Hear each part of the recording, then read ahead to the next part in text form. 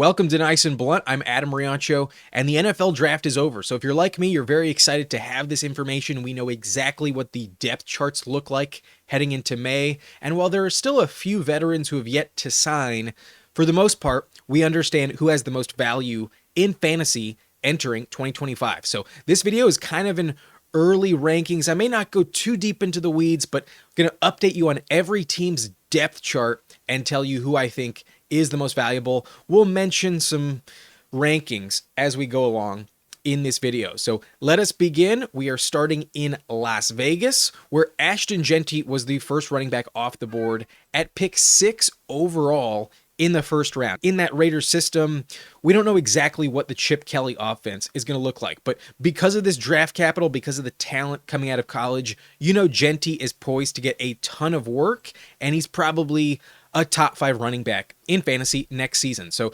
Jeanty will lead the charge in Las Vegas, and behind him, Raheem Mostert is the guy. They brought him in from Miami, and that means Zamir White is irrelevant. Sincere McCormick not going to be a factor, and they did move on from guys like Madison and Amir Abdullah. If you were paying attention to the Raiders last season at the end of the year, Abdullah actually helped me win a fantasy championship in the playoffs. So Jeanty going to have a lot of value. I also like that they drafted 2 offensive linemen in the 3rd round. So the Raiders have some value at running back. Next up, let's talk about the Chargers, who took the 2nd running back off the board, Omarion Hampton, out of UNC. Really talented. Love this pick. As a Charger fan, I was kind of surprised he made it that far in the draft, skipped past the Broncos and the Steelers, and the Chargers got a stud at running back. So love Hampton. I'm a bit concerned that his workload won't exceed like 15, 16 touches per game this season,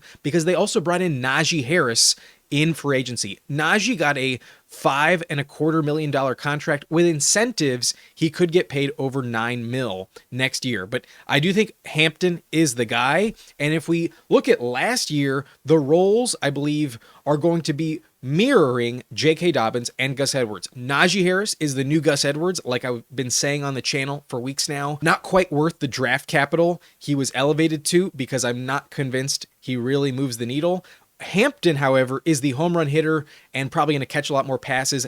Hampton is the guy you want. However, probably not going to be a top 10 back, given he's splitting so many touches with Najee Harris. So like both of them, but I think Hampton is clearly the more valuable player. And given he was drafted in the 1st round and Najee's just on a 1-year deal, as the year moves on, they might start to fade Najee out of the offense a little bit. But Najee stays healthy, he will be a factor. If he repeats his 1,000 rushing yard average every season, then Hampton probably does not eclipse RB10 in fantasy. Going to be pretty touchdown dependent, but that offense will give them both a lot of opportunity. So love Hampton going to the Chargers. Next up, let's stay in this division, talk about the Denver Broncos, who did draft RJ Harvey in the 2nd round. A bit surprised when RJ Harvey came off the board. I thought Caleb Johnson was a better prospect, but this was more about fit.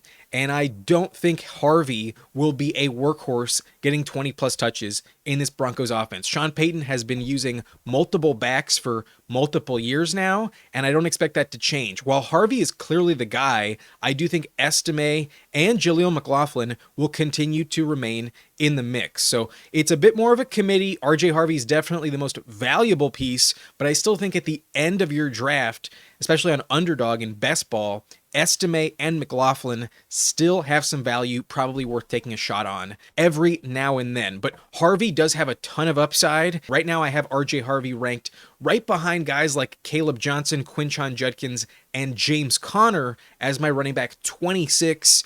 Maybe as the offseason progresses, he may move up the board if we understand his role is going to be bigger than I am projecting. So Harvey is valuable, but maybe not a top 20 play, more of a flex play next year in fantasy. Lastly, in this division, we have the Chiefs, who did draft a running back. They waited till round 7 to take Brashard Smith, and he could overtake Isaiah Pacheco, also a previous 7th round pick in the past. But they also brought in Elijah Mitchell along with re-signing Kareem Hunt, and this is a 4-person backfield that I'm not convinced I know who will emerge as the guy come September. So I do think the later you get in the draft, the more likely Chiefs running backs hold value. And as we creep down to the later rounds, I would be taking a swing on all three of these backups. While Pacheco looks to be the guy right now, he did not look anywhere near the same after his leg injury last season. So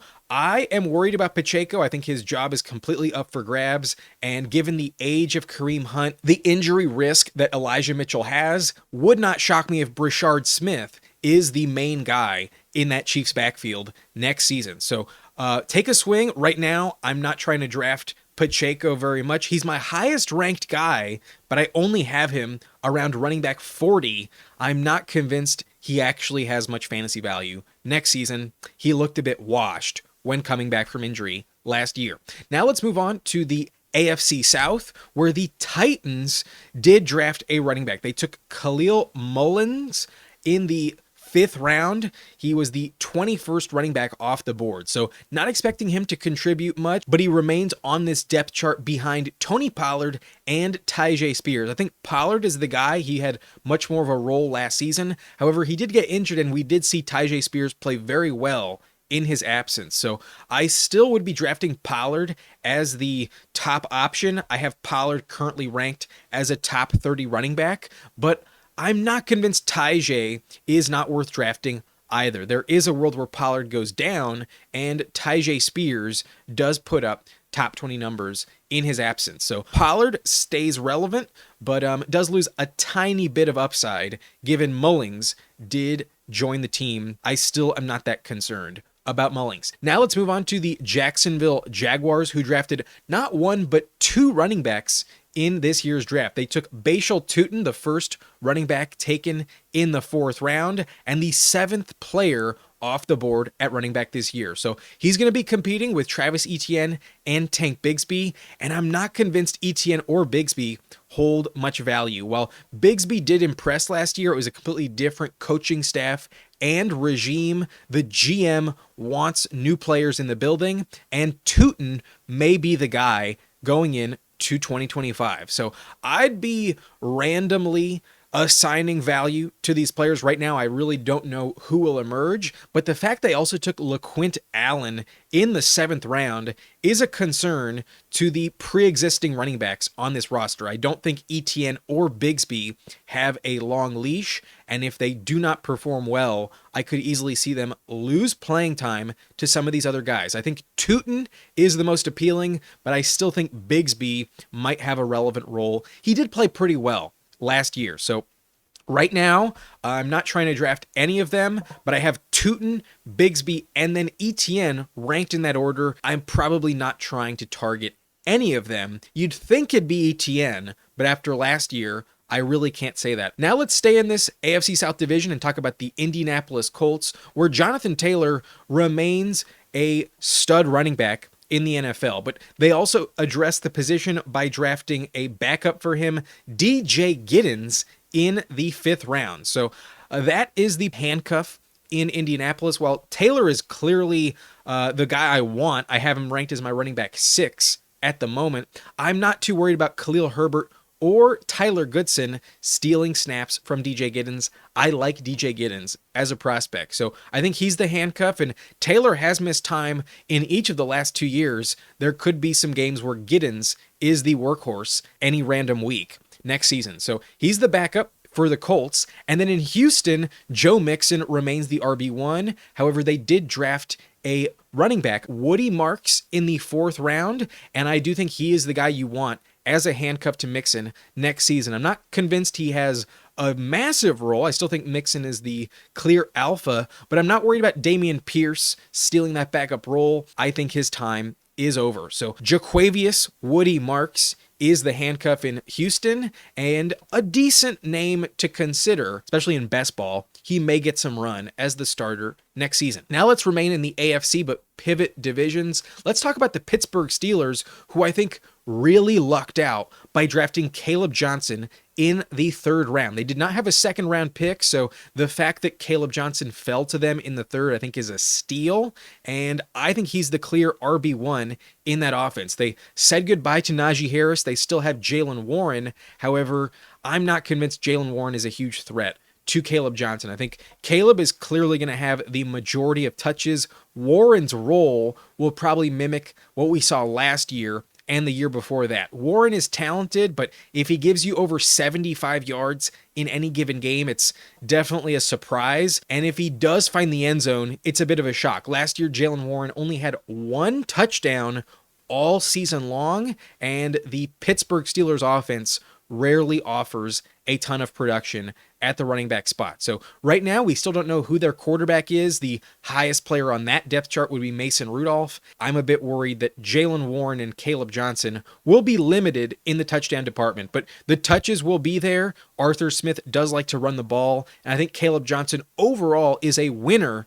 The landing spot is pretty nice in that Pittsburgh Steelers backfield. So a lot of opportunity is available. They also brought in Kenneth Gainwell, but given he's a free agent, not familiar with the system, I wouldn't be putting much stock into a 1-year deal on Kenny Gainwell. He's more of just there for depth rather than an integral piece of their offense. So I like Caleb Johnson. I have him as a top 25 running back. I think he will be more valuable in fantasy than RJ Harvey, who was drafted in the 2nd round, going to the Broncos. I'd rather have Caleb Johnson on my fantasy team next season. Now let's move on to the Cleveland Browns, who drafted not 1, but 2 running backs in this year's draft. They took Quinshon Judkins as the 3rd running back taken this year, the first one off the board in the 2nd round, above his teammate Travion Henderson. So I like this landing spot a lot. The Browns are trying to replace the production we got from Nick Chubb in the past, and we've seen that Jerome Ford is not quite equipped to be the alpha. But I'm not convinced Jerome Ford will just disappear. I think he could be a decent complement to Judkins, but clearly Quinshon Judkins is the main running back in this offense. I think he will get the most touches by far, and we've seen Kevin Stefanski have a lot of upside with his running backs. Even guys like Dearness Johnson can put up massive games in fantasy when they need to. So I like Quinshon Judkins. I have him ranked above Caleb Johnson, also in my top 25. Because they drafted Dylan Sampson, I'm not quite ready to put Quinshon inside my top 20, but there is room for upside. It's all going to be dependent on how many snaps. In his rookie season, it may not be 70+%. So Judkins is the guy I want, but similar to Caleb Johnson, in a bit of a committee, probably not a top 20 player at the position. Dylan Sampson is going to be right there with Jerome Ford as the backup. I think that's a very interesting battle in camp to watch, and it would not shock me if Sampson overtakes Ford, definitely the better player in this backfield. But I doubt Ford goes away entirely. We could see a 3-man backfield in Cleveland next season. In the AFC North, we have the Cincinnati Bengals, and I think Chase Brown emerged relatively unscathed in this draft. While they did draft a 6th-round player, Taj Brooks, I don't think that's going to be a threat to Chase Brown's role next season. They brought in Samaje Perine as a backup, and Zach Moss is still under contract, but coming off of injury, we saw him lose his job to Chase Brown even before he got hurt. So Chase Brown is very valuable in round 3 or 4, and I would be targeting him. I think he has top 10 value next season because he's a very good pass catcher. Chase Brown has the chance to be the new Austin Eckler in fantasy. Right now, he is my running back 9 off the board. The last team in the AFC North would be the Baltimore Ravens, who are one of the 10 teams this season who did not draft a running back in this year's draft. So their backfield remains the same. We have Derrick Henry, clearly poised to be the alpha. While he doesn't catch a ton of receptions, he still has that game-breaking speed, and if he puts up another 15+ touchdowns and he retains top 5 value at the position, I think if you're not getting Genty, the next best running back off the board would be Derrick Henry. But behind him, we do have Justice Hill, who will offer some PPR value. Some random weeks where he finds the end zone, he may pop off. Keep him in mind in the later rounds in best ball. But I'm not giving up on Keaton Mitchell in this backfield either. If you played fantasy 2 years ago, you remembered some of the upside that Keaton Mitchell offers, and there is a shot that if Henry goes down, Keaton Mitchell is actually their running back 1. Keep him in mind, but obviously Derrick Henry is the guy you want.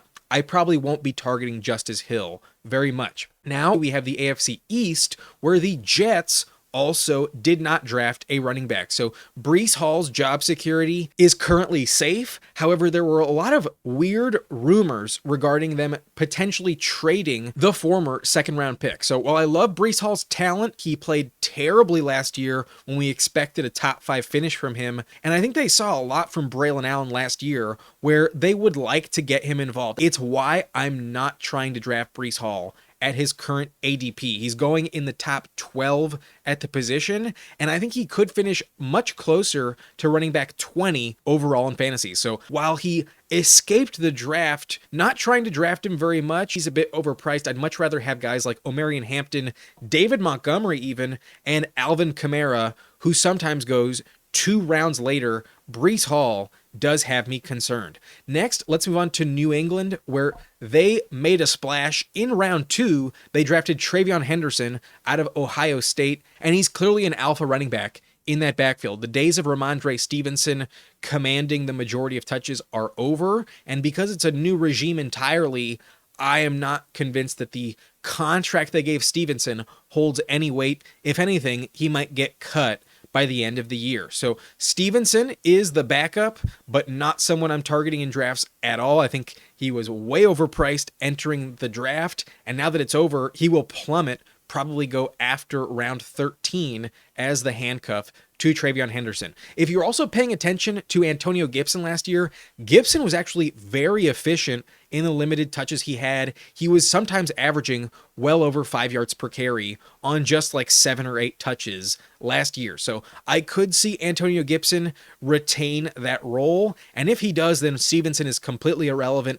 Travion Henderson is the guy you want. Definitely a valuable back. I have him ranked as running back 19 and should probably get about 18, 17 touches on average next season per game. So I like him. I think he's a top 20 back. Definitely a good RB2 to be drafting next season. Now let's move on to the Miami Dolphins, where it looks like Devon Achane did sustain his value post-draft. While they did draft Ollie Gordon in the 6th round, I don't think Ollie Gordon will have much of a role. I do like his talent. I think Gordon has the chance to emerge as a Raheem Mostert type of player. But in year 1, behind Jalen Wright, I'm not expecting anything from Ollie Gordon. We saw Devon Achane as a workhorse last season, especially in the passing game. Sometimes he catches 6+ receptions on a weekly basis. Last year, he stayed healthy, but the year before that, he came off the field almost every single week. So Devon Achane is currently my running back 13,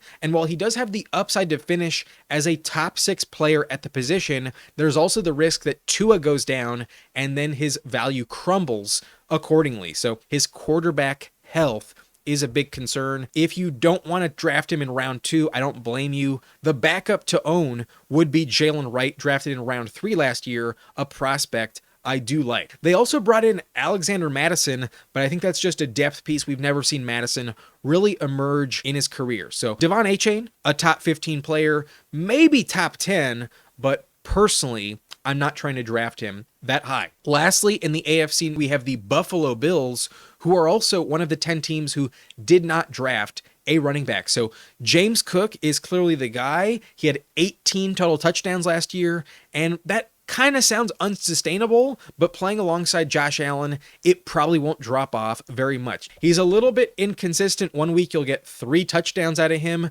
the next you might get none, but James Cook's upside is still there. I have him in the same region as guys like Kyron Williams, Bucky Irving, and Devon Achane in my rankings. So I think Ray Davis is one of the more valuable handcuffs to own. I have Ray Davis inside my top 45. A decent pickup in the later rounds. That's it for the AFC. Now let's move on to the NFC, where the Dallas Cowboys did draft a running back this year, and I think he might be one of the more valuable options coming out of the draft. Jadon Blue was taken in the 5th round by the Cowboys, and I think he's going to be their RB1. They moved off of Rico Dowdle. They brought in Javonte Williams and Miles Sanders, and neither of them have done anything impressive over the last several seasons. There's also not much money invested in these players. Javonte has a 1-year, $3 million contract. I could easily see him miss out on touches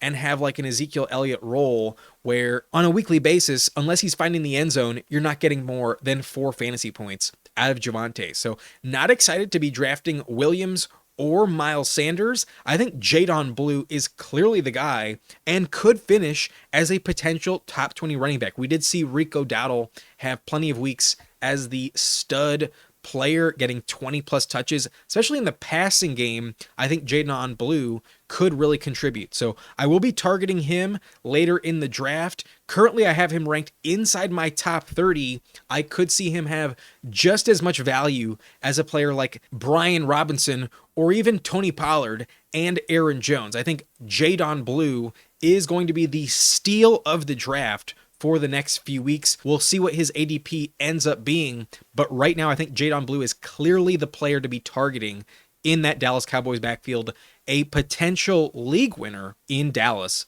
next season. Then we have the Giants backfield, who did draft a running back. They took Cam Skattebo in the 4th round, and that is bigger draft capital than Tyrone Tracy. So Skattebo is a guy I think can contribute on day one. It would not shock me at all if by the time we hit September, the training camp reports clearly indicate that Skattebo is their RB1. It might be a bit of a committee with Tracy. I doubt he completely disappears, but right now I'd be kind of terrified to draft Tracy at his pre-draft ADP. It will be falling considerably. I think him and Skattebo should be going off back to back. Right now, I have Skattebo and Tracy ranked as running backs 32 and 33. I'd rather take Skattebo straight up. That's the player I'm targeting, the rookie 4th round pick, Cam Skattebo, in the Giants backfield. We'll see if Tracy remains relevant. Next, let's move on to Philadelphia, who did not draft a running back. Not a surprise. They are definitely in good shape with Saquon Barkley, but they did move on from Kenneth Gainwell, which means the backup role is up for grabs. And I think Will Shipley has that role relatively on lock. Shipley was drafted last year. They also brought in A.J. Dillon, who's been extremely disappointing over the years. Wouldn't shock me if Dillon is completely irrelevant next season. So if you are going to draft an Eagles handcuff, make it Will Shipley.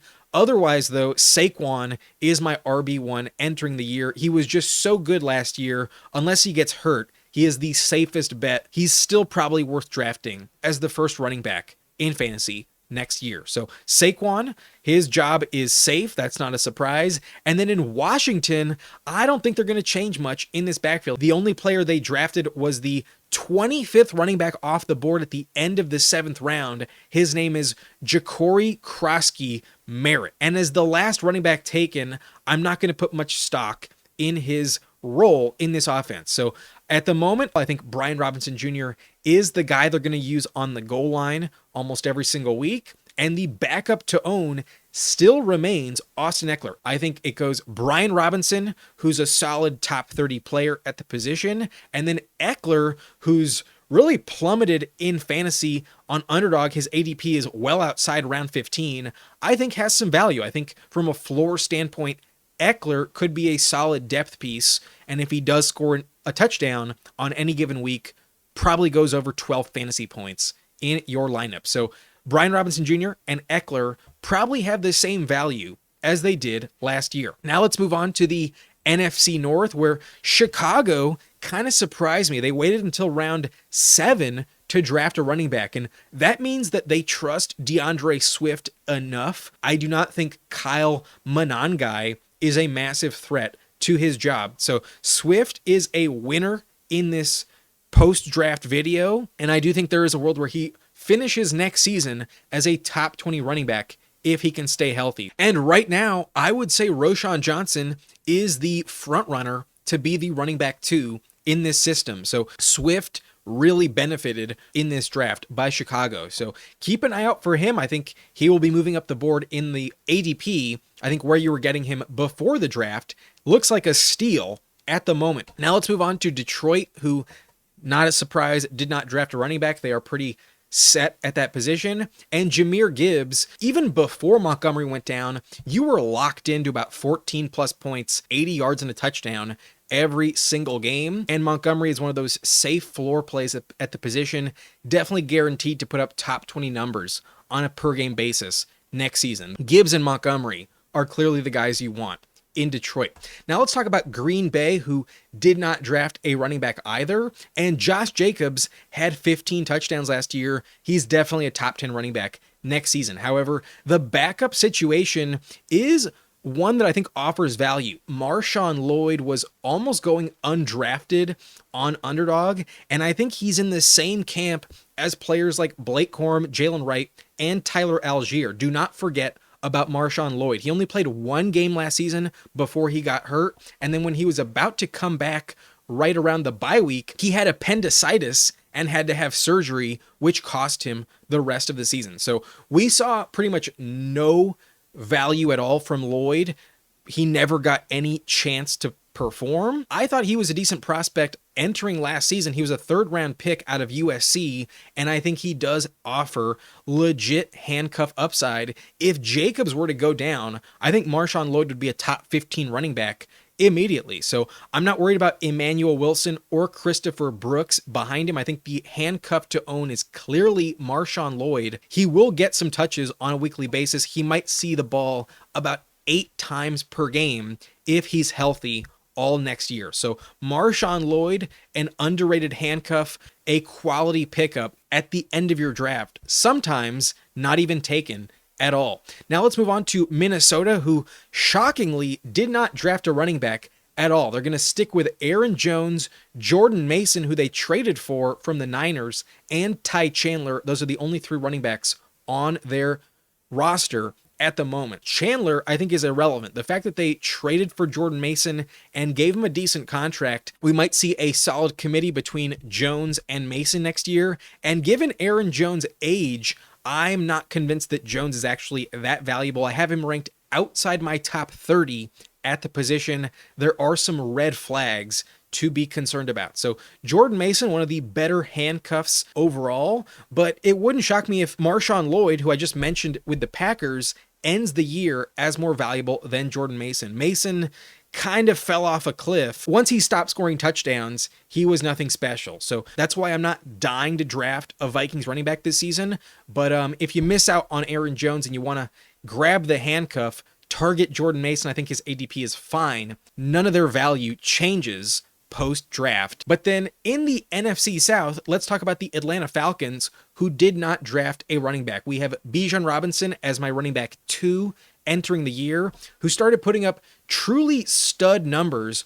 once the quarterback changed to Michael Penix. So if Tyler Algier does not vulture him, then Bijan could have 20 touchdowns next season, and he's probably the safest bet to finish in the top 5 at the position. He was really coming on strong in the passing game as well. So Bijan is my RB2. Tyler Algier remains one of the better handcuffs, definitely a top 50 running back, but probably not worth starting as long as Bijan stays healthy. Then in Carolina, the Panthers did draft a running back this season. They took Trevor Etienne in the 4th round, the 9th running back off the board. However, I'm not really convinced he gets the ball very much. They brought in Rico Dowdle to serve as the backup to Chuba Hubbard. And while Jonathan Brooks probably does not see the field at all this season, I'm kind of avoiding this backfield in general. While Chuba Hubbard is definitely the guy you want, I don't think Chuba's draft price was really that tempting. He was going inside the top 20, and I think Quinshon Judkins, Caleb Johnson might end the season a bit more valuable than him. So he's in the same tier as a guy like James Conner, who I think you can get later. Chuba Hubbard should be fine, but there is a world where Rico Dowdle and Trevor Etienne do vulture some of his touchdowns and eat into some fantasy production. Chuba was starting to get a bit banged up towards the end of last year as the workhorse in Carolina, but he did have a great season. He is talented, and he did get a contract extension before the year was over. So Chuba is definitely the guy. However, there's a lot of players in that backfield. It's a little bit too crowded for me to feel extremely excited about any singular player. Chuba Hubbard, though, does probably finish in the top 25 at the position next year if he stays healthy. Now let's move on to the New Orleans Saints, who did draft a running back. They took Devin Neal in the 6th round, and because of the landing spot, I could see Devin Neal have some value. Right now, he is the front runner, in my opinion, to be the backup to Alvin Kamara. And the Kellen Moore offense generally uses running back pretty heavily, but Kamara is still healthy while he is over the age of 30 now. We saw a very productive season from him last year, and I think he could do it again. I'm kind of concerned about their quarterback situation. Their offensive line is still kind of unproductive, but Kamara is still a stud and still viable to catch over 5 receptions per game. Kamara is still a top 20 running back, but I have him ranked as running back 15, and if he stays healthy, he'll probably finish in the top 10, just like he did last season. So Kamara, still a name to target. However, Devin Neal would be the handcuff I'm trying to get. I've lost all faith in Kendry Miller. Now let's move on to Tampa Bay, also in this division, who did not draft a running back. So Bucky Irving did emerge as the guy last year. A former 5th-round pick, was a steal for them and probably turns into a bit of a workhorse next season. But I do not believe that Rachaad White will disappear, especially in the passing game. Rachaad White is a consistent role player that could finish the year with close to 50 receptions once again. So I still envision a scenario where Rachaad White sees 12, 13 touches a game next season, and about a third of them come in the passing game. Rachaad could still have plenty of value in that Bucs offense, but they drafted Emeka Egbuka. Perhaps I'm overrating him. Bucky Irving, though, is kind of undersized. Would not shock me if he got hurt and Rachaad White had elite handcuff value. I think Rachaad White should be in the same vein as guys like Jordan Mason, Isaac Guerendo, Braylon Allen, and he's going even later. So I like Rachaad White a lot, but Bucky Irving in the late 2nd, early 3rd round is still probably the player I'd target based on upside. He did have some top 5 finishes at the position last year. Now let's move on to the NFC West, the last division to mention, and I was extremely surprised that the Arizona Cardinals did not draft a running back this season. James Conner is getting older. He's now over the age of 30, and we saw absolutely nothing out of Trey Benson last year. So Benson was drafted in the 3rd round, and it seems like he's their guy. I think if Conner does go down, Benson would be the handcuff to own. But until we see Conner actually get hurt, I think he's going to retain the job as a workhorse, and it wouldn't shock me if he has like 16 rush attempts and 3+ receptions next season on a per game basis. So Conner is still very valuable. I have him ranked as a top 25 running back, and I could see a world where he finishes closer to running back 15. If you told me Conner is just as valuable as Dave Montgomery next season, would not shock me at all. He will need to stay healthy though, and at his age, that is a bit difficult to bet on. So Conner, a definite target in my opinion. Let's hope he stays healthy. But beyond Trey Benson behind him, the only player they brought in would be DJ Dallas. They probably cut him at the end of the season. So Benson is the handcuff to own. So James Conner, a definite winner post-draft, as well as Trey Benson in that Cardinals backfield. Those are the running backs you want in Arizona. Now let's move on to the LA Rams, who did draft a running back. They took him in the 4th round. Jarquez Hunter was taken by the LA Rams. However, I still think Kyren Williams is the player you want. And while maybe they lost some faith in Blake Corum, who did not do much last year, I still think Blake Corum is the handcuff to own. If you recall, when Kyren was a rookie, he did just about nothing and then came out of nowhere as the stud alpha running back in that offense in year 2. So there is a chance that Blake Corum takes a major step forward in the Rams backfield this year. He is the highest drafted player they have in that backfield. But for now, I'm still heavily trusting Kyren Williams. I don't see a major threat to his production at all. We know what that offense likes to do. They like to keep the same player on the field as much as possible, and we could see 80+% of the snaps repeat for Kyren Williams. So he's inside my top 10. I have him ranked back-to-back with guys like Chase Brown and James Cook. I have them all in the same tier, right behind Josh Jacobs. If you want to draft Kyren Williams as running back 8, I think it is justified. Round 3 draft price is fair on those guys. Next, let's talk about the San Francisco 49ers, who did draft a running back. They waited until round 5 to take Jordan James. and I don't think he's going to contribute very much. I think Christian McCaffrey will have a shot to relive the glory days, but I'm definitely concerned about him. They moved off of Jordan Mason, and the handcuff to definitely acquire would be Isaac Guerendo. Guerendo played very well, drafted in round 3 last year, has more draft capital. If he stays healthy, he's definitely the handcuff in San Francisco that I want. So while I am comfortable taking McCaffrey every now and then, I'm definitely concerned that his injury crops up again. The fact that both Achilles tendons were sore last year kept him off the field for double-digit games. I'm not dying to trust Christian McCaffrey anymore. I think while you could argue he's a top 5 running back, there's also a lot of risk. I actually have McCaffrey ranked outside my top 12, and in general, I'm probably going to be passing on CMC at the top of the second round. I'd rather take Derrick Henry or Jonathan Taylor, even Josh Jacobs. I'm probably going to pass on McCaffrey most of the time and just heavily target guys like Guerendo. We've seen a lot of bad luck in regards to the health of the Niners backfield. So that's something to keep in mind. Maybe you have more confidence in McCaffrey than I do, but personally, I feel kind of shaky about trusting his health in 2025. Lastly, the final team to mention would be the Seattle Seahawks, who did draft a running back that probably does not see the field very much. It's Damian Martinez, a player taken in round 7. They already have Kenneth Walker and Zach Charbonnet, who both have top 15 value if they are the guy. But right now, it's hard to say exactly what the backfield split will look like. While Kenneth Walker will enter the season as the guy, Charbonnet has proven he deserves the ball early and often. He's played very productive football when given the opportunity in this backfield. So I do like Charbonnet's talent, but I'm kind of avoiding his round 10 draft price. I think it's a little too steep. Right now, I rank Kenneth Walker as RB 18 and Charbonnet as running back 34.